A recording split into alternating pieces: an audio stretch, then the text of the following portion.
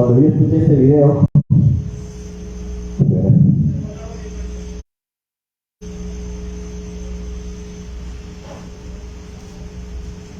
bien, continuamos. Cuando yo escuché este video, quería que la niña siga hablando, que no cese de manifestar lo que sus sentimientos y lo que sus emociones inspiraban en ese momento. Pero en algún momento tenía que terminar. Y la verdad es que creo que la palabra de esta niña, a la corta edad que tiene, nos está llamando la atención a nosotros los adultos, hombres y mujeres, pero principalmente está llamando la atención a quienes dirigen el Estado o a quienes dirigen los Estados respecto de esta indiferencia con las poblaciones más marginales. No es novedad que la violencia lo sufre tanto el hombre como la mujer, pero principalmente la mujer, y en mayor gravedad la mujer indígena. La mujer indígena que vive un estatus de exclusión, de indiferencia, de opresión, de explotación en todos los niveles, y frente a eso los estados no han avanzado mucho. Si bien es cierto, se están implementando políticas desde hace un buen tiempo, promovidas por las Naciones Unidas, y como consecuencia de ello, los estados están comprometidos a desarrollar políticas locales para luchar contra la violencia de la mujer, para promover el bienestar de la mujer. Sin embargo, creo que el balance en este momento no es muy alentador. Producto de ello es que hace unos años en el Perú se tipificó el delito de feminicidio, con la perspectiva de que esta sanción especial, que obviamente violenta la vida, la integridad de la mujer en el seno de la familia, permite una disminución significativa de este fenómeno social. Sin embargo, como todos ustedes ya conocen, los índices de violencia contra la mujer en la ciudad y en las zonas rurales se han incrementado notoriamente.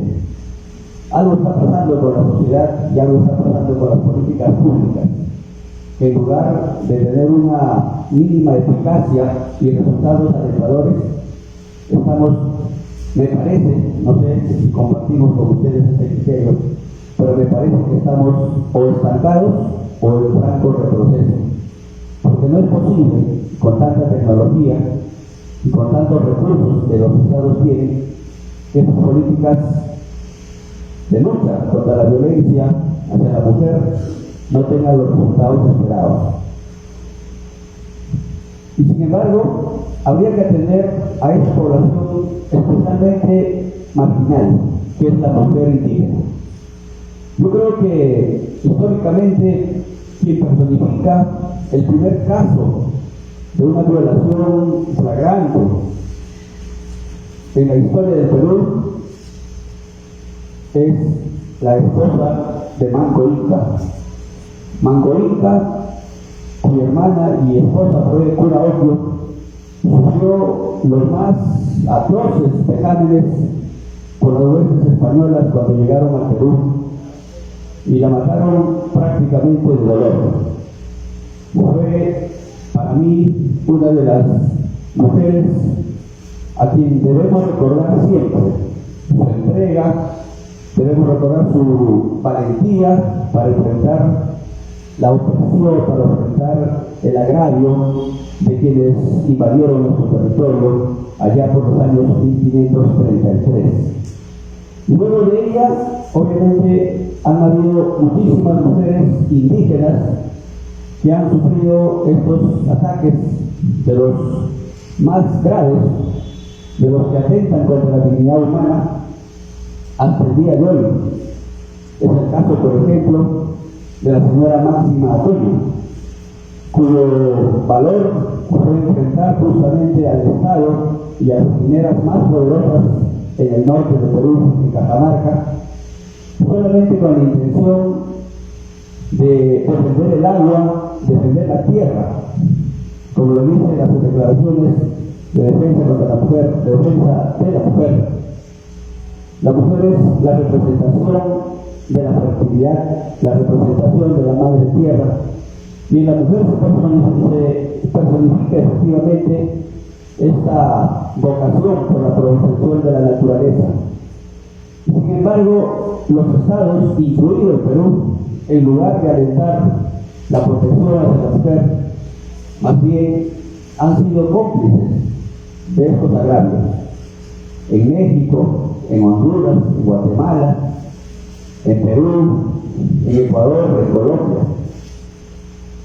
Países que han vivido situaciones especiales, como por ejemplo los conflictos armados.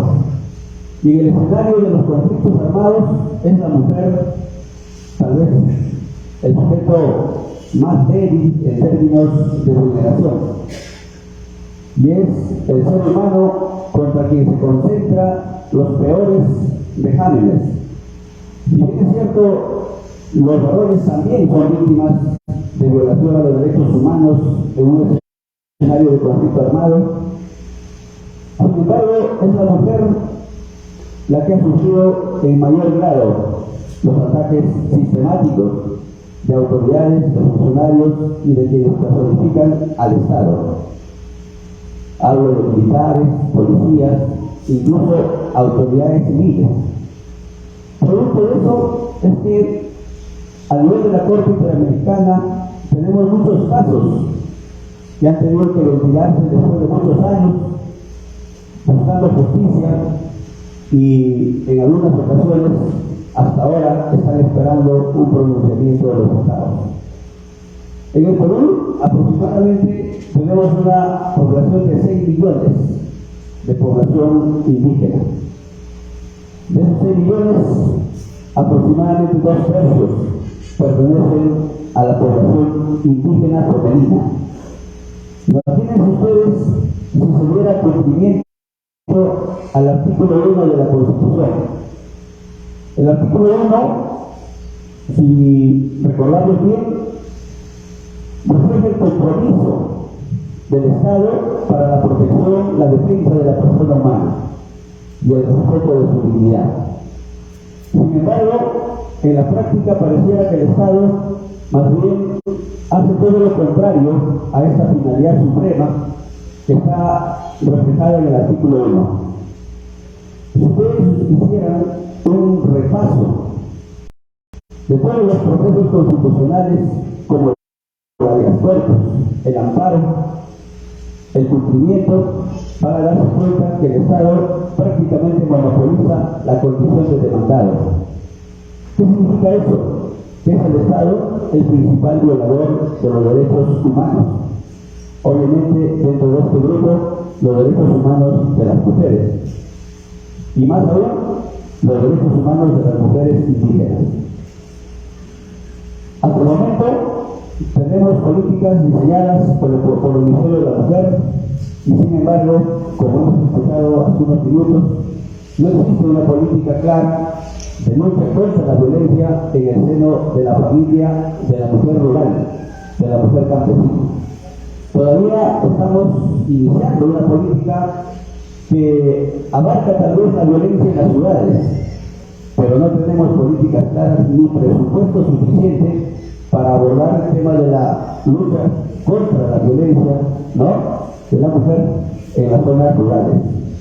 Sin embargo, ya hace algunos días conversaba con una de las alumnas de la universidad, me contaba que en Madre de Dios todos los días desaparecen señoritas entre 12, 13, 14 años y no se les encuentra sino después de muchos meses, y algunas no se les encuentra jamás.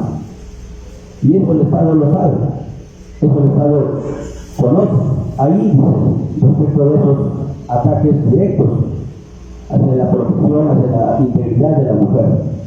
Sin embargo, parece que, por ejemplo, las mineras informales están absorbiendo, o en todo caso están ganando la batalla o la guerra respecto de este fenómeno de trata de mujeres. ¿Cómo es posible, por ejemplo, que en Madre de Dios niñas de 13 o 14 años todos los días desaparezcan y el Estado no hace nada? Por todo caso, ni los medios de comunicación difunden estos ataques atroces a nuestras niñas y adolescentes. Para los medios de comunicación tampoco existe una política respecto de la promoción de la integridad de la mujer. Todo es noticia, menos lo que se debe conversar, ¿no? Eso nos llama poderosamente la atención, porque en un escenario donde todos estamos comprometidos para luchar contra este flagelo, quienes tendrían que dar el ejemplo son las autoridades, pero también son las autoridades las que están en situación de demandados, son las autoridades los principales agresores, ¿no?, contra los derechos fundamentales de todo ciudadano y principalmente de las mujeres. En realidad, hablar de este tema es bastante polémico, pero sin embargo hay que hacer algunas acotaciones. La discriminación en nuestro país es un fenómeno de nunca acabar. Ustedes saben bien que el peruano, como dice el solo, solea al otro solo. Y entre nosotros existe un alto grado de discriminación. Y no hablemos tal vez de temas sensibles respecto de la ciudad y la zona rural, pero sí es verdad que hace muy poco. Vamos a ir avanzando por cuestión de tiempo. Tenemos aquí una lámina donde muestra los femicidios del 2022 en Ecuador. En Ecuador desde el 1 de enero hasta el 15 de noviembre, y contrarrestando con datos estadísticos del año 2021, los femicidios han seguido en aumento, 3 veces más, a pesar de tener, entre comillas, una ley drástica. Igual los femicidios siguen, y lo que es peor, seguirán.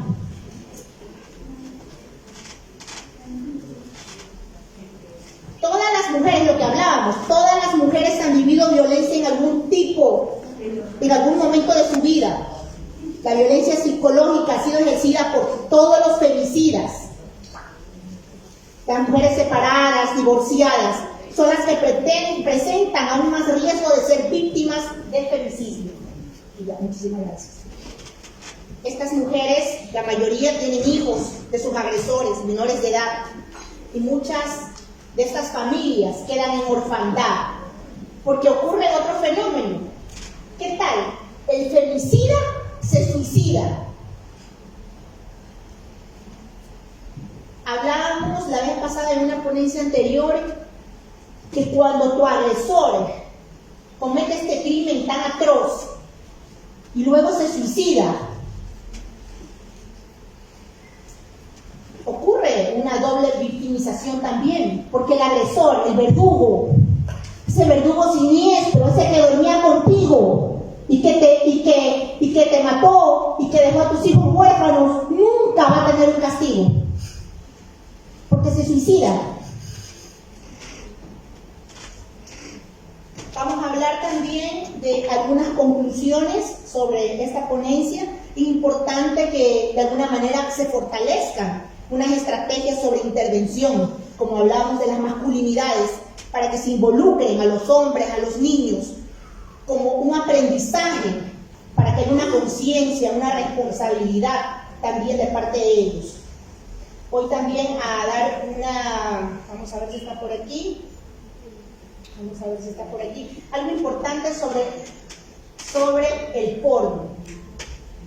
Por ejemplo, estudios realizados señalan que los niños, los adolescentes desde temprana edad, que de alguna manera están propensos a ver el porno, ellos es más factible que se haga una adicción, y por ello es que ellos no exteriorizan a lo largo de su vida, cuando se convierten ya en hombres, no exteriorizan sus sentimientos, sino que ven a la mujer como un mero objeto sexual. Cuando la consiguen como esposa, piensan que tienen que dar una retribución sexual y tienen una empleada en casa. Entonces este estudio es muy importante porque de alguna manera señala a la pornografía como uno de los factores que inciden a la larga dentro de la violencia contra la mujer, la violencia sexual, Y aquí hay una frase de Bell Hooks, dice, si los hombres fueran socializados para desear el amor, tanto como se les enseña a desear el sexo, veríamos una revolución cultural. Muchas gracias, damas y caballeros.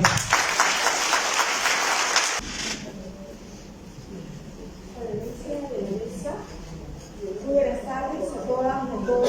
Es un verdadero placer para esta servidora integrar este panel con motivo precisamente de la conmemoración del 25N, Día de Eliminación de la Violencia contra la Mujer en todas sus formas. Quiero por ello expresar mi agradecimiento públicamente a la doctora Anita Silva, así como a la doctora Rosa Amelia Pérez Hopkins, quienes integran el Instituto Peruano Veritas Jude Vox Dei, a quienes felicito por esta iniciativa, al igual que las y las personas que se han congregado con este motivo. Bien, sin más prolegómenos, paso inmediatamente a compartir estas modestas ideas, esperando que puedan contribuir a las reflexiones conjuntas que todas y todos pretendemos puedan ilustrar la problemática que afrontamos. Bien. Ustedes recordarán que hubo hace unos días una campaña específica de la Agencia de Naciones Unidas para la Infancia y la Adolescencia, UNICEF.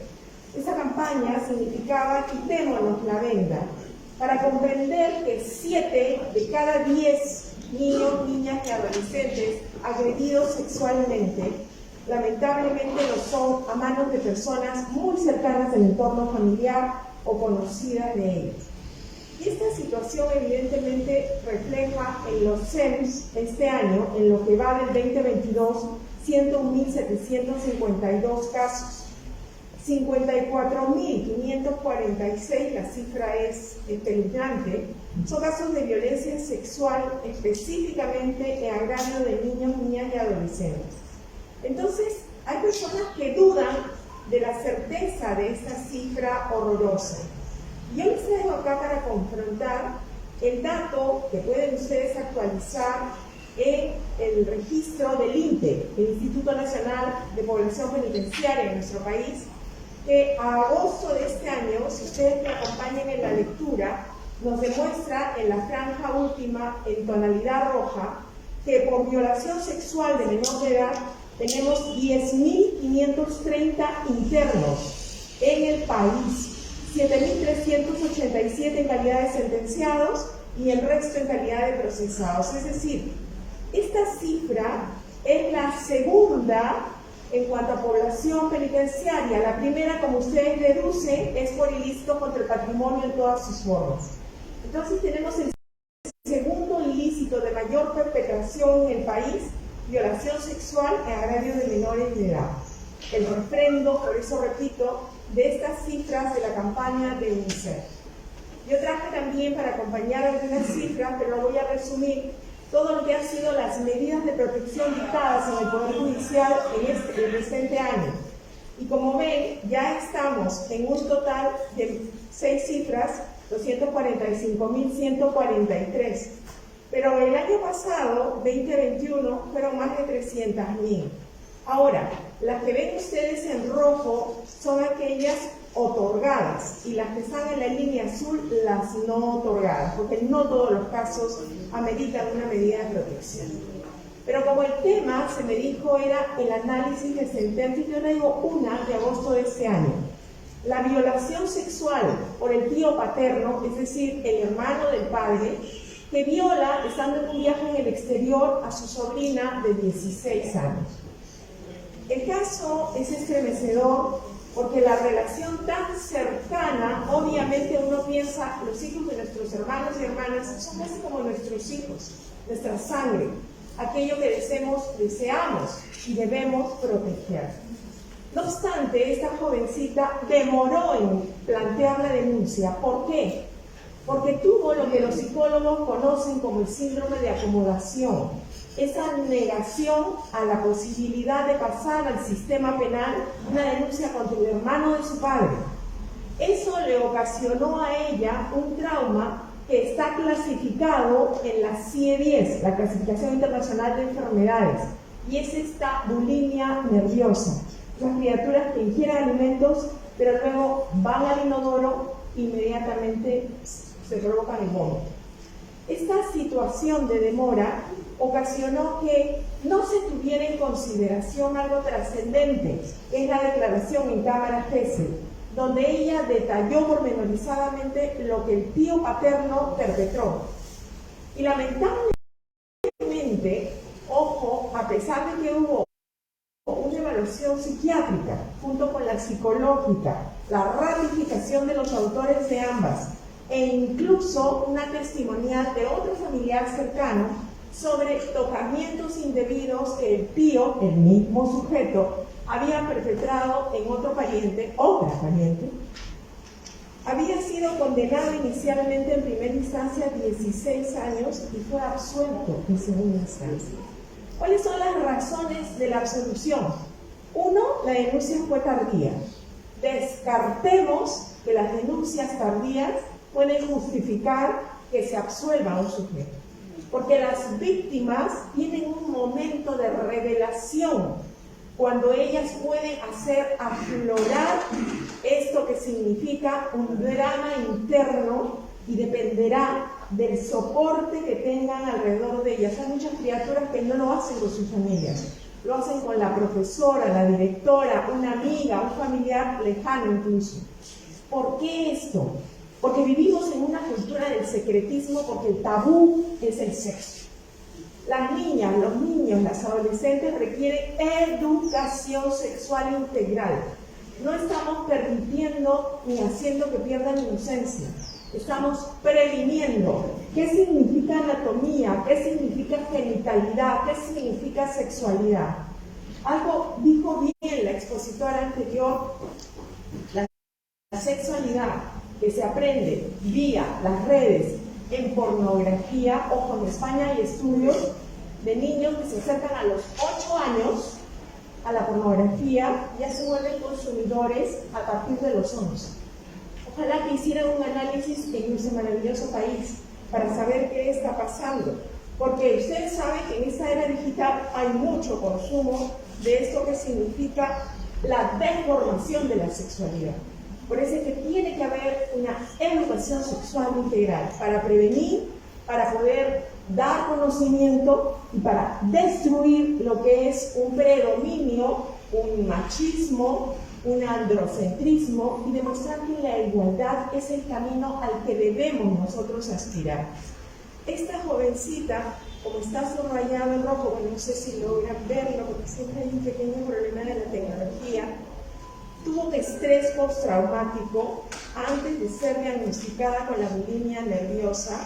Todo eso fue detallado. Incluso, ojo, mire, la defensa del sujeto utilizó fotos de la intimidad familiar para querer sorprender a la autoridad diciendo, no, pero sí ella ha mantenido una relación familiar tal cual. Entonces se ha dicho por la Corte Suprema y esta ejecutoria que les muestro que esta es una inadmisible intervención en la privacidad familiar y es inconstitucional, porque es la vida íntima de los seres humanos. Inmediatamente la sala además toma en consideración que el F43 de la CIE-10 califica efectivamente el trastorno de estrés postraumático y la F50.2 califica la bulimia nerviosa, es decir, psiquiátricamente y psicológicamente acreditado el estrés. Por eso es que la Sala Suprema anula esta absolución. Voy a redondear las ideas entonces. Si hemos comenzado por poner énfasis en lo que es el fenómeno de violencia sexual y cómo penosamente, a pesar de campañas, difusión, sensibilización y una tarea continua a favor de dotar de información, de formación en derechos, de la posibilidad de educar también a seres humanos en proceso formativo, no obstante tenemos, y hay que admitirlo, porque yo soy de norte pero no ciega, en las instituciones del sistema todavía seguimos arrastrando esos atavismos, esa situación de asimetría de poder. Entonces, quiero terminar con este protocolo de administración de justicia aprobado en el Poder Judicial. Pueden ustedes acceder a las redes y bajarlo por resolución del Consejo Ejecutivo. ¿Qué es lo que se busca? Establecer estándares en el funcionamiento de calidad, donde se diga que existe imparcialidad y trato igualitario como una nueva forma de análisis, en donde se tome el enfoque de género y la enorme contribución de la interseccionalidad para poder valorar todos los medios probatorios. En 6 pasos, que resumo.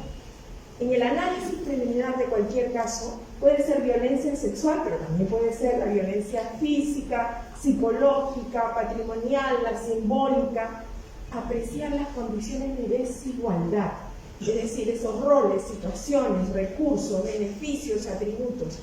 Analizando esos roles, ustedes podrán también conocer las dificultades por razón de género. Por ejemplo, la de esta jovencita de 16.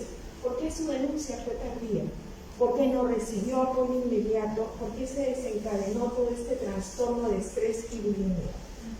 Este paso inicial permite efectivamente apreciar, como seguramente ya todas y todos lo saben, la subordinación, el rol asimétrico de poder. Y no lo digo yo, ni lo dice solamente el protocolo, también lo ha señalado el Tribunal Constitucional. Es historia que se ha demostrado que las diferentes perspectivas, participaciones y voces de las mujeres han sido excluidas sin justificación razonable. Por eso es que tenemos otro instrumento importante que ojalá puedan dar ustedes un análisis, las 100 reglas de Brasilia, que es producto de la Cumbre Judicial Iberoamericana y que tiene solo 2 que me voy a permitir esta tarde recordar: que la discriminación que sufre la mujer en determinados ámbitos supone un obstáculo para el acceso a la justicia, pero además son causas de vulneración de este derecho fundamental erga omnes, las acciones y conductas discriminatorias. Segundo paso, la determinación de la situación fáctica. ¿Qué situaciones de vulnerabilidad se presentan? ¿Cuáles son las relaciones asimétricas de poder? ¿Cómo puedo retroalimentarme en este análisis y poder fundamentar o argumentar en uno o en otro sentido? Y no solamente, ojo, porque en cada una de estas relaciones asimétricas o en este análisis, ustedes van a poder seguramente verificar cuáles son las conductas sospechosas de discriminación. En nuestro maravilloso país, en Ecuador probablemente también suceda. Las mujeres andinas, por ejemplo, y lo dijo el expositor anterior, las niñas andinas, las niñas amazónicas, las adolescentes amazónicas, sufren una discriminación por su procedencia étnica. Entonces, sumado a la discriminación por razón de su sexo al nacer, también la procedencia étnica. Y si eres quechua hablante, basta recordar cómo se caricaturizó a nivel de la televisión a una mujer andina, no solamente como analfabeta o inculta, sino como desgreñada, falta de limpieza, falta de prolijidad y hasta con problemas de salud mental. Eso es producto de la discriminación inveterada en nuestro país. Esas relaciones efectivamente dependen de muchos factores. Por eso hay que actuar con eticidad al momento de examinar estos hechos. Tercer paso, determinación de los hechos. ¿Cuáles son las pruebas respecto a cada uno de los que se va a determinar como configurados para aplicar la norma? Si la prueba contiene valoración sexista, si ha sido menospreciado el rol de los testigos o de la propia víctima, o si se tiene que invertir la carga de la prueba cuando corresponde. Y acá recuerdo el caso Fornerón versus Argentina de la Corte IDH, que seguramente muchas y muchos de ustedes conocen, donde no se le permitió a un padre ejercer tal rol de paternidad porque la madre entregó a la criatura a una pareja en adopción a espaldas del derecho del progenitor. Cuando hablamos de género, ojo, estamos hablando de relaciones de poder, roles asignados, y también tenemos que involucrar aquello que perjudica a los varones y por supuesto a la comunidad LGTBI+.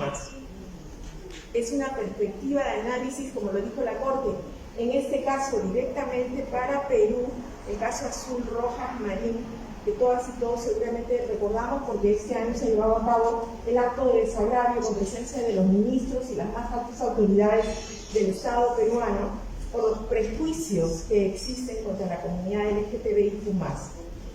En todo esto, yo quiero recordar, ya para ir terminando, me voy a permitir avanzar un poquito, en las 6 etapas que les estoy comentando de este protocolo nuevo aprobado en noviembre, cómo se determinan las normas jurídicas nacionales como la que mejor garantiza los derechos y la jurisprudencia internacional, porque se trata de aplicar la norma que resuelve los casos de desigualdad estructural y aplicar, por supuesto, los test de igualdad.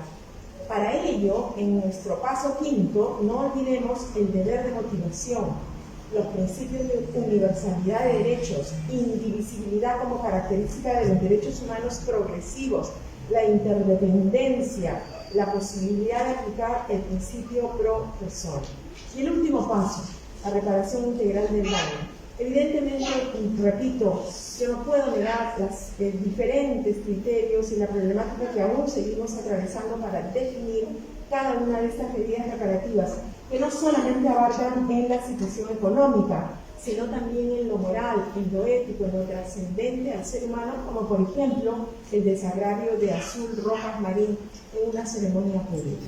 Termino con esto que ha sido un estudio que los invito también a leer, del 22 de noviembre.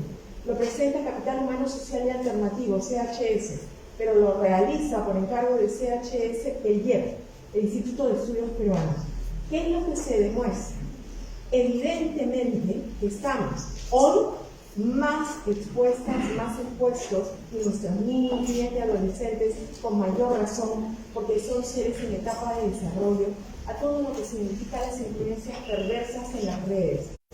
Por favor, examinemos lo que en casa para nosotros creemos que hay seguridad, pero hay que seguir examinando quiénes se contactan con los niños, las adolescentes. Este estudio demuestra que más de 500.000 de niñas, niños y adolescentes fueron contactados por gente que no conocían en redes sociales, que comenzaron a mostrarles fotos íntimas y querían la retribución en los mensajes. Niños que se quedaron impactados de ver genitalidad de terceros sin saber absolutamente quién los buscaba, quién los pretendía, y mucho menos que pudieran ellos retribuir esa genitalidad propia. ¿Se dan cuenta? O sea, estamos por todas partes amenazados, y por eso digo que nuestros sistemas preventivos tienen que ser mucho más eficaces. Como esta tarde, y por eso reitero la felicitación a las organizadoras, porque nos permite dialogar, alcanzar con un mayor radio de acción nuestras ideas, compartir, reflexionar conjuntamente. Muchísimas gracias por su atención, muy buenas tardes.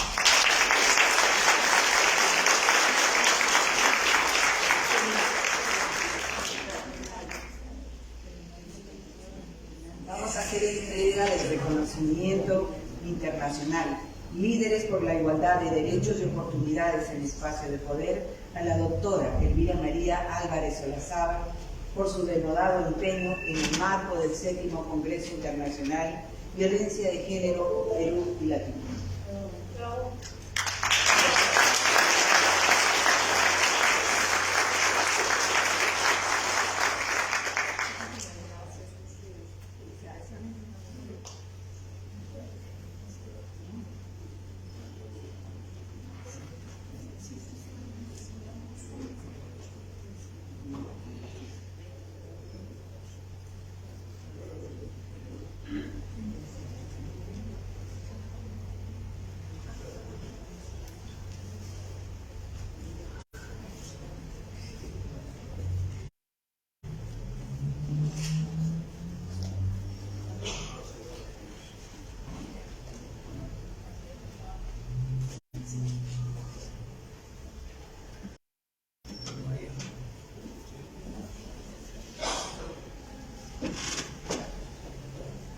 Bien, señoras y señores, dentro del marco del Congreso Internacional vamos a anunciar la palabra y una destacada médico. Ella es cirujano dentista, especialista en odontopediatría.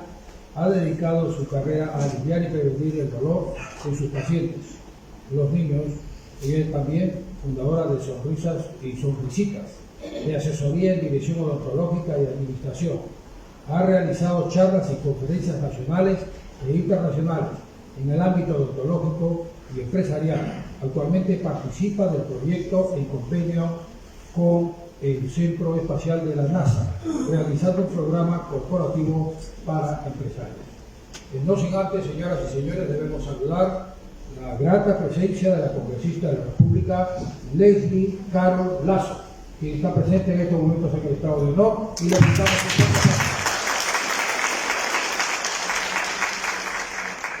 a adelante, doctora Luz María Quispe Abur.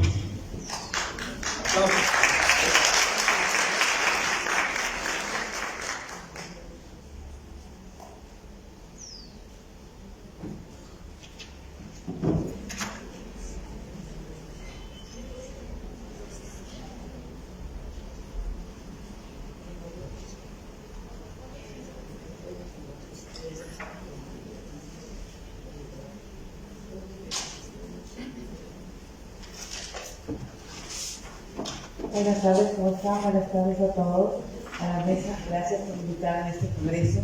Y de verdad le voy a hablar algo totalmente diferente. Hoy en día en nuestro país vivimos muchos cambios.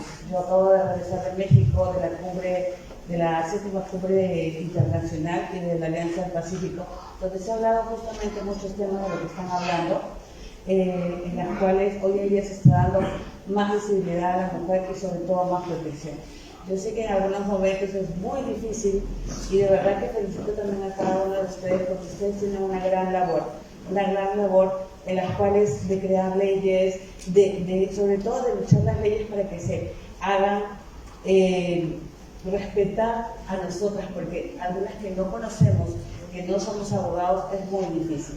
Entonces, yo soy la doctora Luz María Quispe, soy fundadora de Sonrisas y Sonrisitas.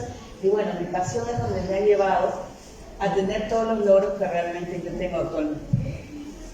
Siempre me preguntan cómo has llegado a donde realmente has llegado. Entonces yo les puedo decir que la pasión y el amor a mi profesión, que es ser dentista, me ha hecho escribir libros bestsellers, que se han compartido bestseller en 3 países, Canadá, México y Estados Unidos, hacer un convenio con Space NASA, ser doctora de los artistas como María Antonieta de las Nieves, acá como Estado de México. Aproveché a saludarla y de verdad que pasamos un fin de semana espectacular.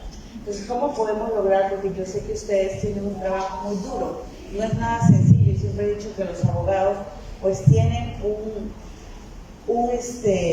algo fuerte que luchar por nosotras las mujeres, pero también es muy intenso el día a día. Entonces, yo provengo de una familia del campo. Mis padres nunca quisieron que yo sea dentista, querían que sea ingeniera agrónoma, porque tenía que hacerme cargo del campo. Y yo dije no, y a los 15 años me fui de mi casa. Fue muy duro, fue muy difícil, pero siempre estuve enfocada en lo que yo quería hacer. Y mi pasión era ser dentista, y dentista de los famosos. Estudié, trabajé, y el tercer ciclo, como ya trabajaba en un consultorio dental, definitivamente todos pensaban que mis padres eran dentistas. Y yo les decía, no, mis padres son agricultores. Pero eso hoy en día yo lo agradezco mucho, porque si no hubiera tenido esa práctica y esa pasión, no hubiera llegado a donde. Entonces, solo está la determinación de cada una de nosotros. ¿Y a qué va esto? De que depende de nosotros que llevemos a una dirección de qué es lo que queramos, y ahí es donde vamos a lograr las cosas. No veamos las cosas positivas, las cosas negativas, sino las cosas positivas a donde vamos a llegar. Y siempre tener un objetivo al frente. ¿Por qué? Porque si no tenemos el objetivo, nunca vamos a poder. Y si vamos a ponerle todos los peros, definitivamente nunca lo vamos a hacer. Y recuerden que siempre hay una energía divina. Llámela Dios, Yin-Yang, Alá, pero siempre hay una energía divina que nos va a regir y nunca nos va a pasar nada siempre y cuando nosotros vayamos en una dirección que le llamamos en la dirección del amor, para poder lograr lo que realmente podemos ayudar a los demás. Entonces yo provengo de una familia en el campo, en el sur de Cañete, es un centro poblado, y supuestamente nunca iba a salir de ahí, ¿no? pero cuando uno se enfoca desde niño y tiene la visión clara, pues definitivamente